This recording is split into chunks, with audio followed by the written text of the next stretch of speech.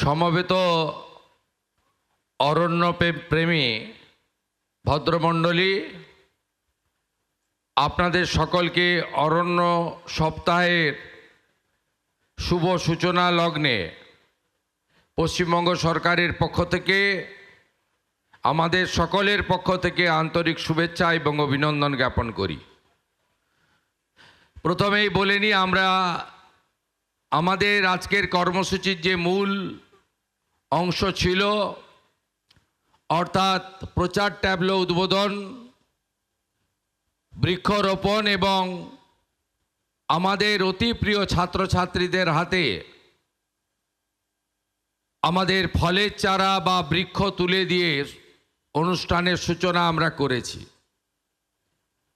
আমাদের যেহেতু সচিবালয়ে একটি গুরুত্বপূর্ণ মিটিং রয়েছে, কৃষি, গ্রামোন্নয়ন, ভূমি, উদ্যান পালন ইত্যাদি বিষয় নিয়ে মাননীয় মন্ত্রী শিবরাজ সিং চৌহানজির, তাই সমস্ত মন্ত্রীরা যারা আছেন এবং মুখ্য সচিব সহ আধিকারিক যারা আছেন, তারা সকলে মিলে আমাকে দায়িত্ব দিলেন যে আপনি সরকারের পক্ষ থেকে এই অরণ্য সপ্তাহের বিষয়ে কিছু বলুন। আমি প্রথমেই এই দপ্তরের মাননীয় মন্ত্রী এবং অত্যন্ত দক্ষ একজন নেতৃত্ব, একাধিকবার বিধায়ক হয়েছেন, বিধানসভা যখন বসে আমার সঙ্গে উনি 5 বছর ছিলেন। প্রত্যেকটা বিধানসভা অধিবেশনে 1 নম্বর প্রশ্নকর্তার নাম হলো মনোজ ওরাও। তিনি আজকে এই দপ্তরের মন্ত্রী হয়েছেন। আমার বিশ্বাস তার নেতৃত্বে আমাদের ফরেস্ট ডিপার্টমেন্ট অনেক উচ্চতায় যাবে। তাই মনোজ ওরাওকে আমি অন্তর থেকে ধন্যবাদ এবং জোহার জানাবো।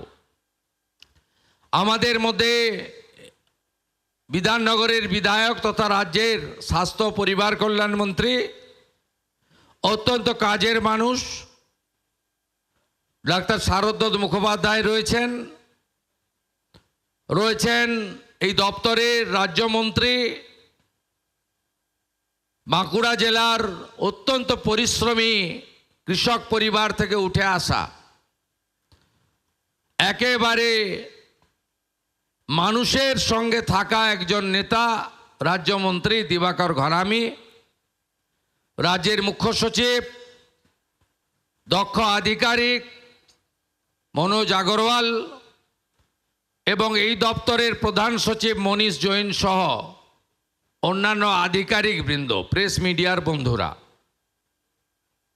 আপনারা জানেন যে আমাদের মাননীয় প্রধানমন্ত্রী নরেন্দ্র মোদীজি,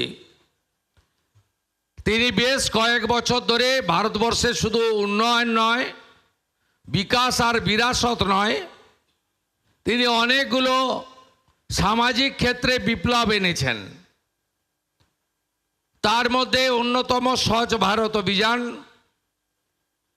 তার মধ্যে অন্যতম যোগা, তার মধ্যে অন্যতম খেলো ইন্ডিয়া, জোড়ো ইন্ডিয়া, তার মধ্যে অন্যতম নমামি গঙ্গা, তার সাথে মায়ের নামে একটি গাছ। আমি কালকে রাত্রে যখন শিবরাজ সিং চৌহানজি আসেন, তার সঙ্গে আমার দেখা হয়েছিল। আমি বললাম, কালকে কখন দেখা হবে? बोले शुभेंदु जी, मैं डेली काम शुरू करने के पहले एक पेड़ लगाता हूं। আমি বললাম, কাল তো আমাদের অরণ্য সপ্তাহ। বললো না, নেই मैं डेली लगाता हूं। বলে আমি আজকে নিউ সেক্রেটারিয়েট ক্যাম্পাসে একটি গাছ লাগিয়ে আমি সচিবালয়ে আসব। এই এক বিপ্লব। আমাদের রাজ্যে কংক্রিটের জঙ্গলে আমরা ভরে গেছি। বিল্ডিং প্ল্যান পাস করার সময়, বিভিন্ন প্রতিষ্ঠান তৈরির সময় সবাই আমরা লিখে দিচ্ছি পৌরসভা, কর্পোরেশন, জেলা পরিষদ, পঞ্চায়েতকে, যে 2/3 আমরা পরিকাঠামো বানাবো, ইনফ্রাস্ট্রাকচার বানাবো, 1/3 আমরা প্ল্যান্টেশন করব, কেউ মানে না। আমরা যখন আকাশপথে প্লেনে চড়ি, নির্বাচনের সময় বা সরকারি কাজে হেলিকপ্টারে উড়ি, আমি নিচের অবস্থা দেখে শিউরে উঠি। আমি একদম জমি থেকে উঠে আসা লোক। অরণ্য সুন্দরী, ঝাড়গ্রাম, বাঁকুড়া, পুরুলিয়া, আপনার আকাশ থেকে দেখলে কষ্ট হবে। 10 বছর আগে কি ঘন জঙ্গল ছিল, আজকে কি অবস্থা হয়েছে। হাসিমারা যাওয়ার পথে তরাই ডুয়ার্সের অবস্থা দেখলে, চালসার অবস্থা, জলদাপাড়ার অবস্থা দেখলে আমাদের সত্যি কষ্ট হয় যে ধ্বংস তো সব করে দিয়েছেন, কিন্তু এই গাছটাকেও ছাড়েননি।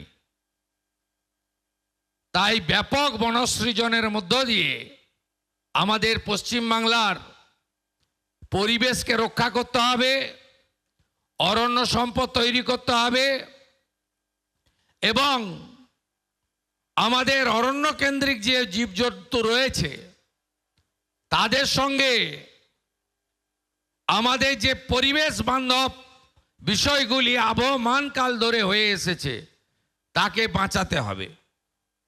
আমরা 5ই জুন বিশ্ব পরিবেশ দিবসে লক্ষ্যমাত্রা নির্ধারণ করেছিলাম মুখ্য সচিবের নেতৃত্বে যে এই বছর আমরা 7,20,00,000 গাছ লাগাবো।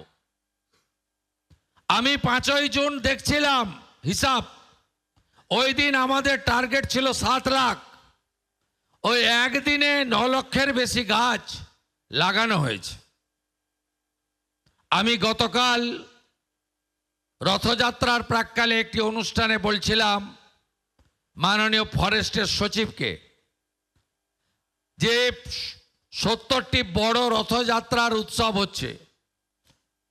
পশ্চিমবঙ্গ সরকার তথ্য সংস্কৃতি দপ্তর, পুলিশ এবং হেলথের সাহায্যে সেবা ক্যাম্প করছে।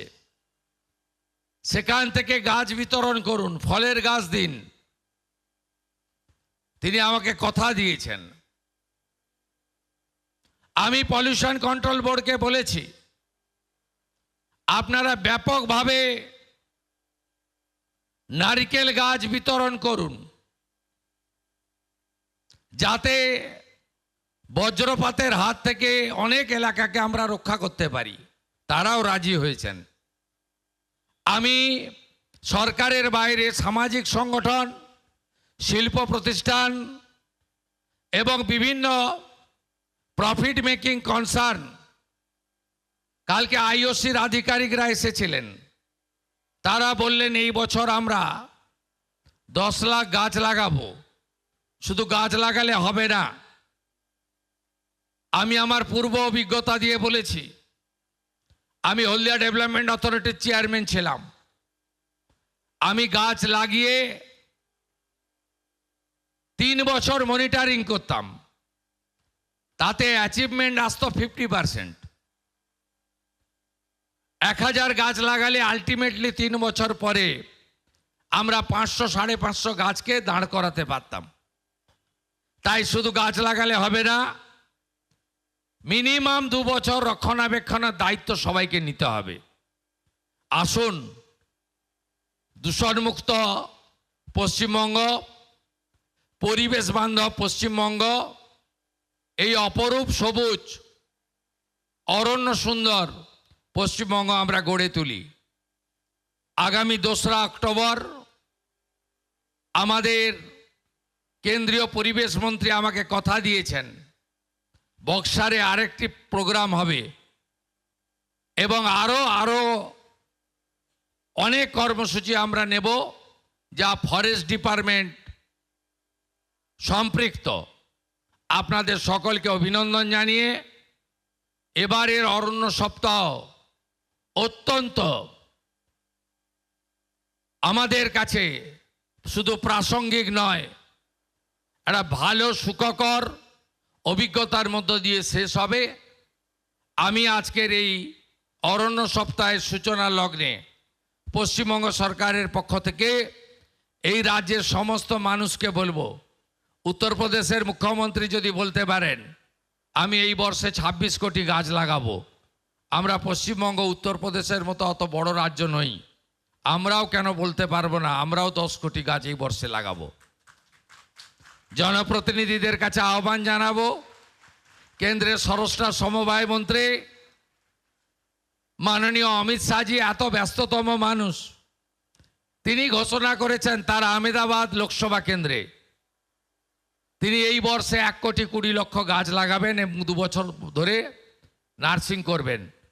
আমাদের একজন পঞ্চায়েত পুরসভার মেম্বার তিনি কেন বলবেন না আমি 1000 গাছ লাগাবো? কেন একজন বিধায়ক বলবেন না যে আমি 1 লক্ষ গাছ লাগাবো?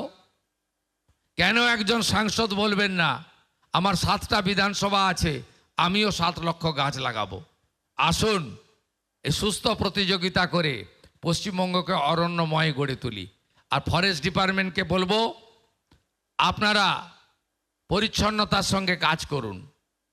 গাছ চুরি, গাছ পাচার, বেআইনি কাঠের মিল, আমরা যেমন পশ্চিমবঙ্গে গরু পাচার বন্ধ করেছি, আমরা যেমন পশ্চিমবঙ্গে অনেক অবৈধ কাজ হতো, সংগঠিত সিন্ডিকেট, রাস্তায় হাত পাতা সব বন্ধ করেছি, আপনারাও গাছ পাচার রোখার জন্য পুলিশকে সাথে নিয়ে আপনারাও উদ্যোগ গ্রহণ করুন, যাতে আমাদের গাছগুলিকে তার পূর্ণতা পাওয়ার আগে কেউ কেটে ফেলতে না পারে। এই বিষয়েও আপনাদের যত্ন নিতে হবে। বনকর্মীদের, বনবন্ধুদের নানা রকমের অসুবিধার মুখে পড়তে হয়। আমি মাননীয় প্রধান সচিব মন্ত্রীকে বলবো কংক্রিট প্রপোজাল সিএসের কাছে দিন, আপনাদের জন্য কি কি করতে পারি সেটা আমরা দেখব। কত ভ্যাকেন্সি আপনাদের খালি আছে সেটাও আমরা দেখব, এবং আপনাদের রিক্রুটমেন্ট এখন থেকে পুলিশ রিক্রুটমেন্ট বোর্ডের মাধ্যমে হবে। যত ভ্যাকেন্সি খালি আছে আগামী কয়েক মাসের মধ্যে আমরা পূরণ করব, এবং যারা কর্মরত অবস্থায় মারা গেছে তাদের ফাইলগুলো যদি পড়ে থাকে মাননীয় মুখ্য সচিবকে বিশেষভাবে দেখতে হবে।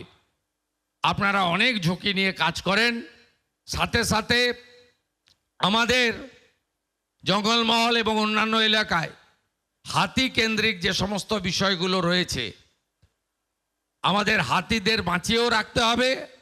আবার হাতিদের কারণে আমাদের যেভাবে জীবন ক্ষতি হচ্ছে সেক্ষেত্রেও আমাদেরকে ভাবতে হবে।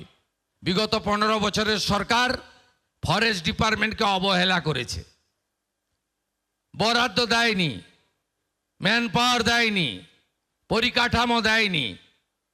আমি বলবো উড়িষ্যা, ছত্তিশগড় থেকে শিখে আসুন কিভাবে ফরেস্ট ডিপার্টমেন্টকেও গুরুত্বপূর্ণ দপ্তরে পরিণত করা যায়। সেখান থেকে শিখে এসে পশ্চিমবঙ্গেও সেটা করুন। ডবল ইঞ্জিন সরকার সেটা করবে। সবাই ভালো থাকবেন। আপনাদের সকলকে আজকের এই অরণ্য সপ্তাহের উষা লগ্নে শুভেচ্ছা দিয়ে আমার কথা শেষ করলাম। বন্দে মাতরম, জয় হিন্দ।